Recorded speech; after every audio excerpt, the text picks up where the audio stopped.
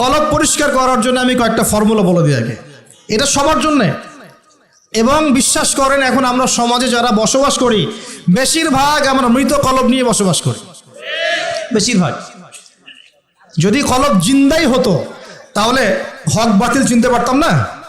যদি কলব জিন্দাই থাকতো তাহলে কি দুনিয়ার এই মোহের মধ্যে ব্যস্ত থাকি? যদি কলব জিন্দা থাকতো সারাদিন তাহলে দুনিয়ার ফিকিরে ব্যস্ত থাকতে পারি। যদি কলব জীবিতই থাকে তাহলে কাউকে দাফন করার পরে দুনিয়াবি খোশ গল্পে কেউ মত্ত হতে পারে। যদি কলব জিন্দা থাকে তাহলে কেউ মানুষকে ঠকাতে পারে, মাপে কম দিতে পারে, কেউ কি গোপনে পাপ করতে পারে, কেউ কি অন্যের সম্পদ আত্মসাৎ করতে পারে। কলব জিন্দা থাকলে কেউ সুদ খায়, কলব জিন্দা থাকলে কেউ জেনা করে, কলব জিন্দা থাকলে কেউ এরকম নোংরা কনসার্টে যেতে পারে। অতএব বুঝতে পারছি এইসব পরিস্থিতি দেখে যে আমাদের বেশিরভাগের কলব কি মৃত, নিঃসন্দেহে মৃত, কোনো সন্দেহ নাই। নবী সাল্লাল্লাহু আলাইহি ওয়াসাল্লাম বলছেন যখন আদম সন্তান একটা পাপ করে তখন কলবের মধ্যে একটা স্পট বা দাগ পড়ে, কালো একটা স্পট বা দাগ পড়ে। আবার যদি গুনাহ করে আবার স্পট পড়ে, আবার দাগ পড়ে, আবার গুনাহ করে আবার স্পট পড়ে। গুনার উপর গুনাহ করতে থাকে পুরো কলবটা কালো কুচকুচে কুৎসিত হয়ে যায়, দুর্গন্ধযুক্ত। অনেস্টলি বলেন তো দেখি, অনেস্টলি বলেন যে আমাদের কলবগুলো এখন এরকম না?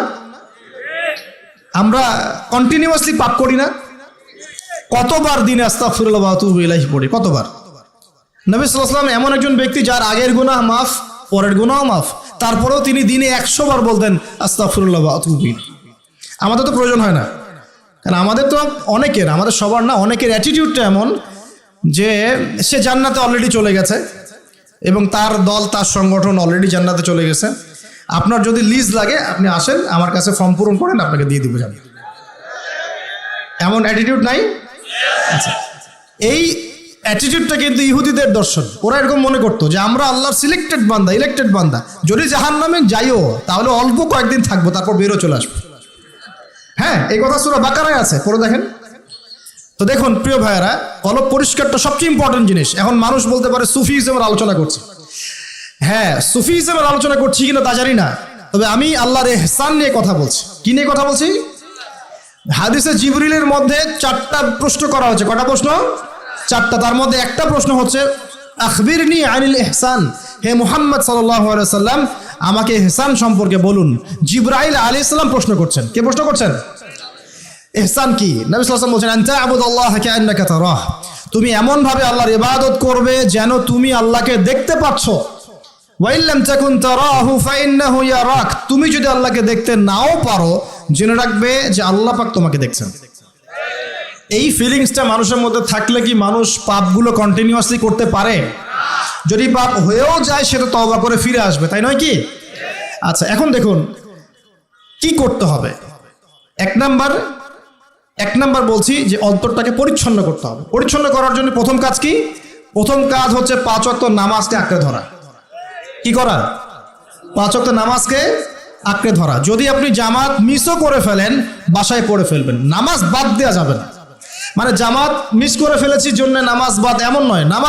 জামাত মিস হয়ে গেছে, আচ্ছা হয়ে গেছে, ঘুমিয়েছিলেন বা মনে ছিল না বা ব্যস্ত ছিলেন, কথার কথা, যখনই সময় পেয়েছেন, মনে পড়েছে, ঘুম থেকে উঠেছেন, নামাজ পড়তে হবে, একাই পড়তে হবে। বাদ দিবেন আজকে থেকে? বরং আমরা চেষ্টা করব ইনশাআল্লাহ জীবনে যে নামাজগুলো কাজা হয়ে গেছে সেগুলো যেন হিসেব করে আদায় করে দেয়া সম্ভব হয়, এটাও চেষ্টা করা উচিত। আল্লাহ পাক তৌফিক দান করুন। এক নম্বর নসিহত, নামাজ ছাড়া যাবে না। কারণ একটা হাদিস যথেষ্ট। নবী সাল্লাল্লাহু আলাইহি ওয়াসাল্লাম বলেছেন যে মান তারাকা সালাতান মুতাআম্মিদান ফাকাদ কাফারা, যে ব্যক্তি ইচ্ছাকৃতভাবে নামাজকে ছেড়ে দিল সে ব্যক্তি যেন কুফরি করলো। কি করলো? কুফরি করলো। মুআজ বিন জাবাল রাদিয়াল্লাহু আনহুর হাদিসে এসেছে নবী সাল্লাল্লাহু আলাইহি ওয়াসাল্লাম বলেছেন মান তারাকা সালাতান মুতাআম্মিদান ফাকাদ বারিআত মিন জিম্মাতিল্লাহ, যে ব্যক্তি ইচ্ছাকৃতভাবে তার উপর অর্পিত ফরজ নামাজ ত্যাগ করলো সে ব্যক্তি আল্লাহ পাকের জিম্মেদারি থেকে মুক্ত হয়ে গেল, তার উপর আল্লাহর কোনো জিম্মেদারি নাই। প্রথম নসিহত, যদি অন্তর পরিচ্ছন্ন করতে চাই নামাজ। মনে থাকবে ইনশাআল্লাহ। আল্লাহ আমাকে তৌফিক দান করুন, আপনাদের সবাইকে তৌফিক দান করুন। 2 নম্বর, বেশি বেশি কোরআন তেলাওয়াত। বেশি বেশি কি? কোরআন তেলাওয়াত। কোরআন তেলাওয়াতের কোনো বিকল্প নেই। প্রত্যেক দিন কিছু কিছু আয়াত এবং সূরাগুলো অবশ্যই তেলাওয়াত করার চেষ্টা করবেন। যেমন আমি বলে দেই, মনে রাখেন, কিছু শিখেন। 1 নম্বর সূরা ফাতিহা, 2 নম্বর সূরা ফালাক নাস ইখলাস 3 বার করে সকাল সন্ধ্যা। সূরা ফালাক নাস ইখলাস, কুল হুয়াল্লাহু আহাদ, কুল আউযু বিরাব্বিল ফালাক এবং কুল আউযু বিরাব্বিন নাস 3 বার।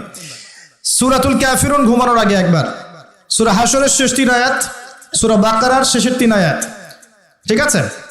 তারপরে সূরা মুমিনুনের কিছু আয়াত, আয়াতুল কুরসি, সূরা আলে ইমরানের শেষের 10 আয়াত, সম্ভব হলে সূরা মুলক, প্রত্যেক জুমায় সূরাতুল কাহফ, অথবা আপনি চাইলে এই যে মানুষ অনেকে ঝাড়ফুঁকের সমস্যা হয় না, বদনজর লাগা, ঝাড়ফুঁক, কুফরি কালাম, সেসব ক্ষেত্রে আপনি সূরা জিনের প্রথম 10 আয়াত, সূরা সফফাতের প্রথম 10 আয়াত, সূরা ইয়াসিন, সূরা কাহফের প্রথম 10 শেষ 10 এগুলোর উপর আমল করতে পারেন।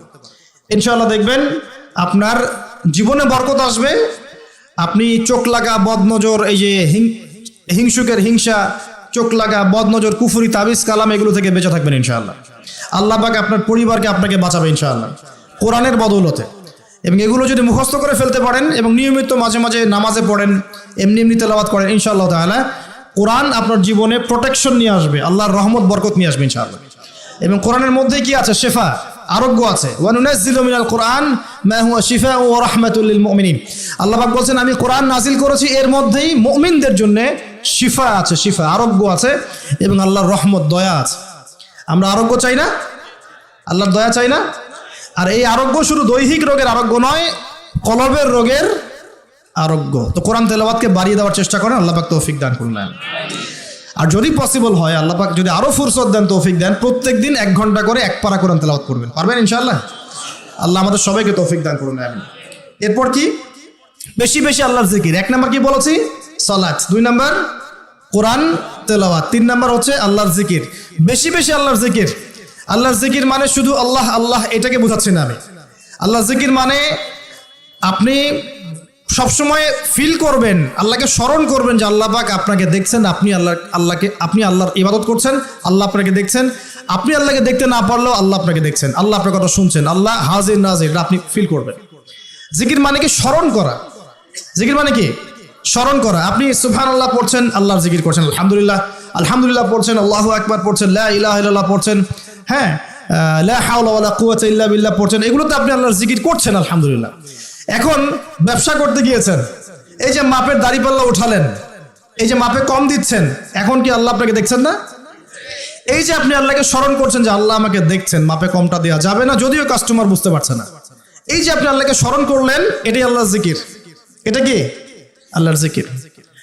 আপনি ওই যে স্কুলে গিয়েছেন বা কলেজে গিয়েছেন, এখন মাশাআল্লাহ আপনার তো বান্ধবীর অভাব নাই, কয়েকজন বান্ধবী আপনাকে ফোর্স করছে, চল ওখানে গিয়ে কফি খাই, এই করি সেই করি, আজকে ঘুরে আসি রমনা পার্ক, নাকি?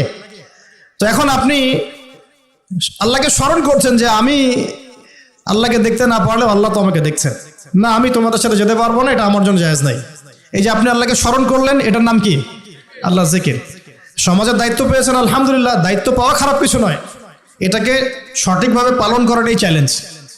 দায়িত্ব পাওয়া খারাপ কিছু নয়, দায়িত্বটাকে সঠিকভাবে পালন করাটা চ্যালেঞ্জ। দায়িত্ব পালন করতে গিয়ে আপনি ন্যায় বিচার করছেন, যখন দেখছেন যে এমন একটা বিচার সামনে চলে আসছে যে এখানে তো সমস্যা, এখানে ন্যায় বিচার করলে আমাকে হয়তো কিছু প্রতিবন্ধকতার শিকার হতে পারে, আর যদি অন্যায় করি তাহলে দুনিয়ার স্বার্থ আছে।